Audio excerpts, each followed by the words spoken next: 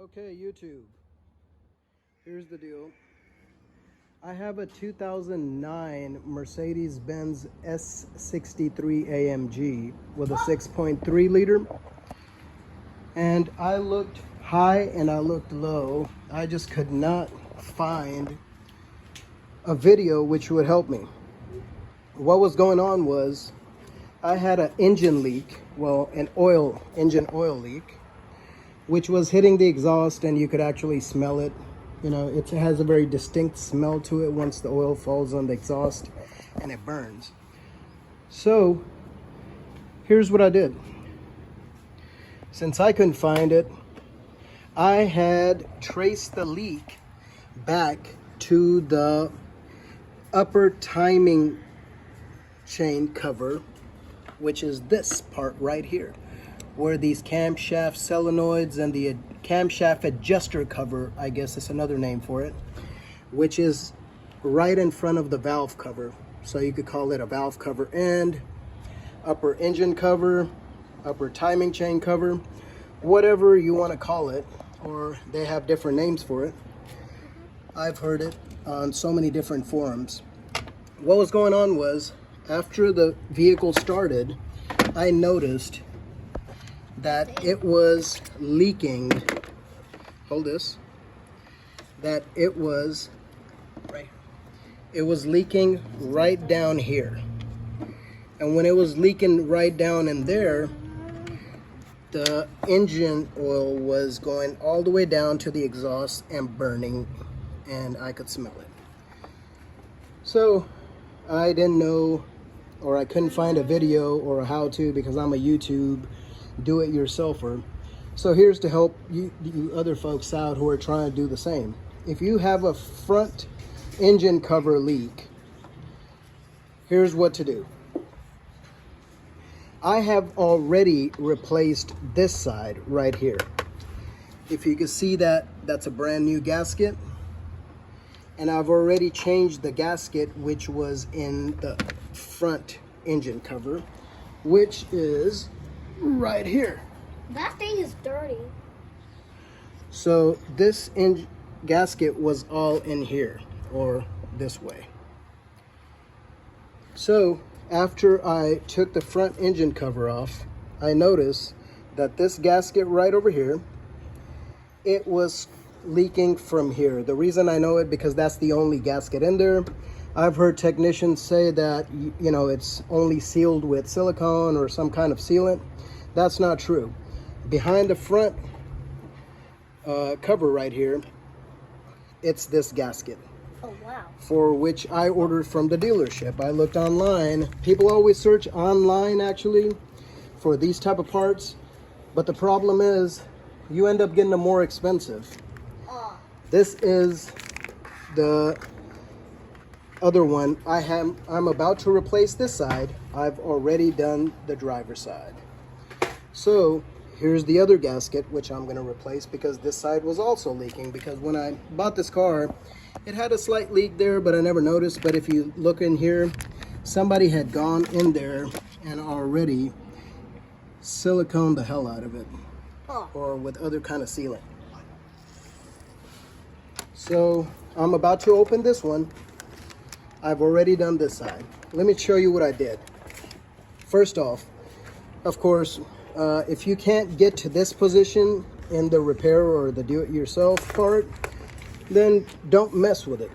Because all you got to pretty much do is remove the front air intake pipe right here, which hooks onto the air filters, which connects back here with a straight head screwdriver. Pretty much everything pops off. Undo this with a screwdriver and pull it off. And do that on both sides. And I pretty much set them inside my garage. Secondly, you will get to this position. Hold this in.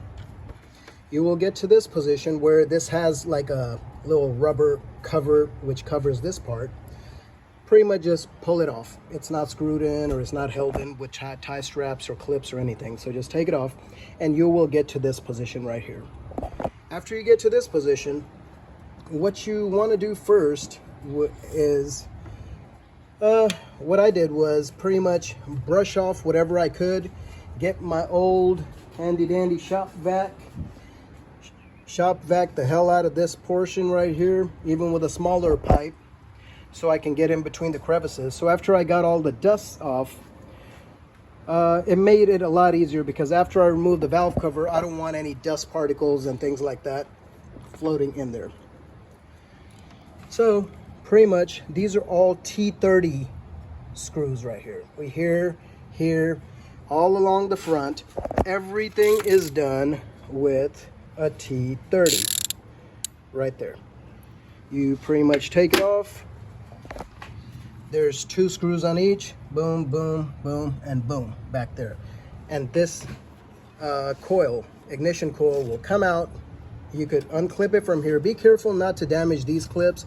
They're not easily damaged, but you know, I've seen people play a number with them, and pretty much they're in a world of hurt afterwards because their engine starts to miss because of lack of signal from one of these coils. So I've tried to do my best to clean up, you know, before I install, but with an older motor like this, with the wear and tear, that's as clean as you're gonna get it. I'm sure you could get it cleaner, but I'm just lazy. Take these coils off. If you look in here, I've replaced them with red tie straps all along on the inside. You're gonna need to cut these little tie straps, which is holding it onto this little bracket down here. Cut this. There's one more down here, cut that. These are just holding the wires together, don't cut them. And that leads to right here. That T30 screw right there, take it out. And this little bottom bracket holding all this wiring will come loose.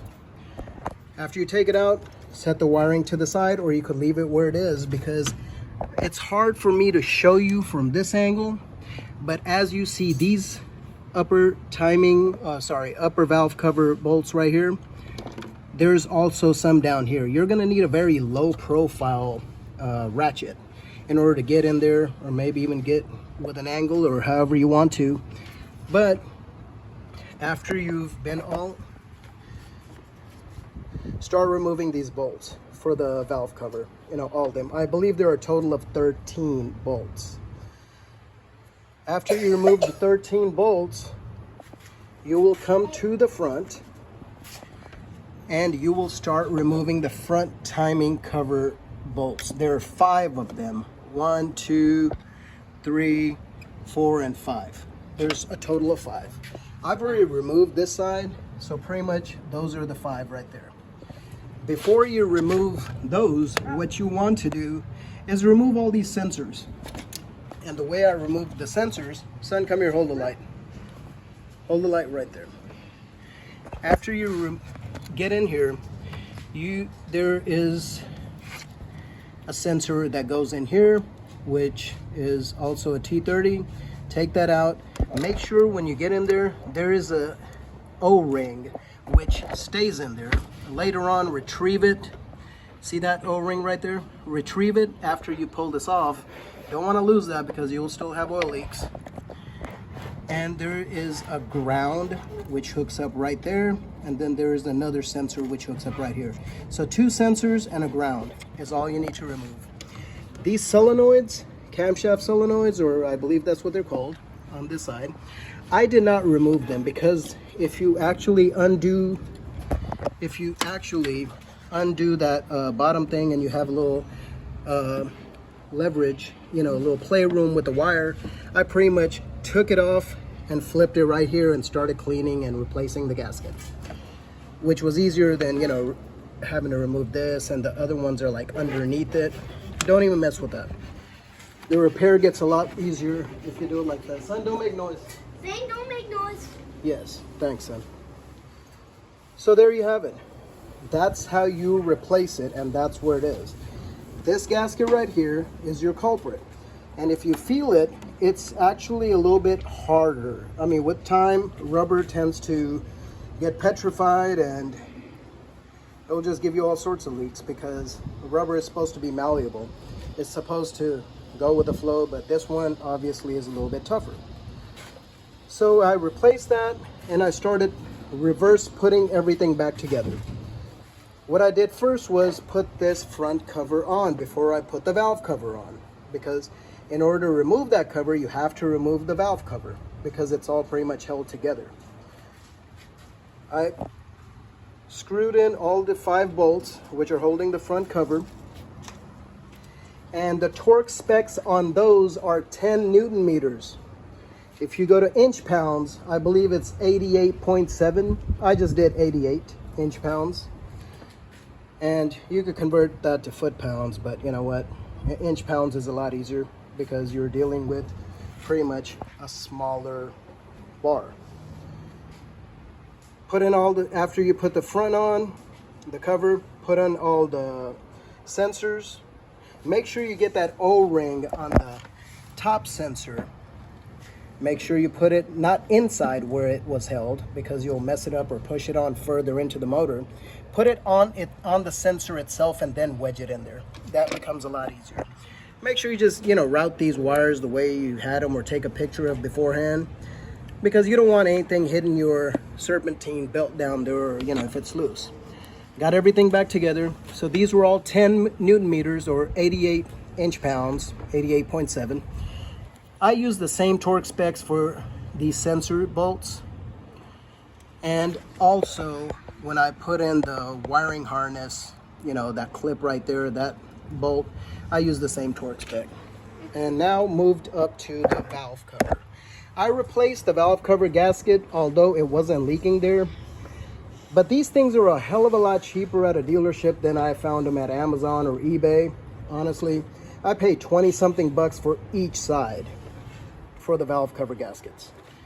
And the front timing cover gaskets, those were like $6 or $6 or $7. And if you need a part number on these, let me see. Pretty much, that's the part number for the gasket.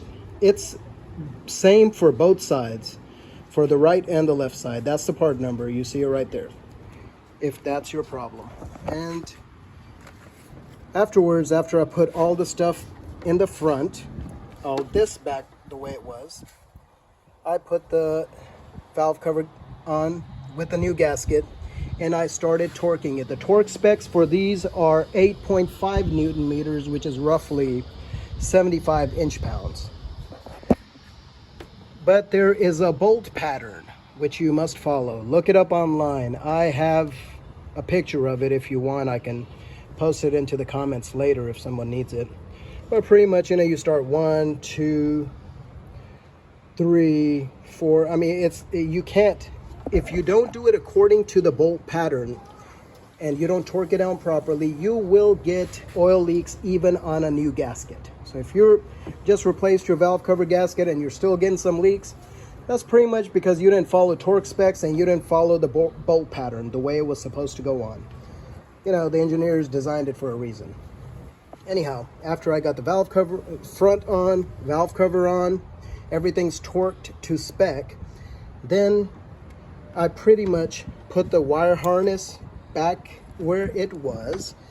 When you start taking it off, you will figure out where it was. It's held on to a lip, and that clip right there, there's on 2 sides, and the wires just come up here, and the bottom thick wire tie straps to it, 1, 2.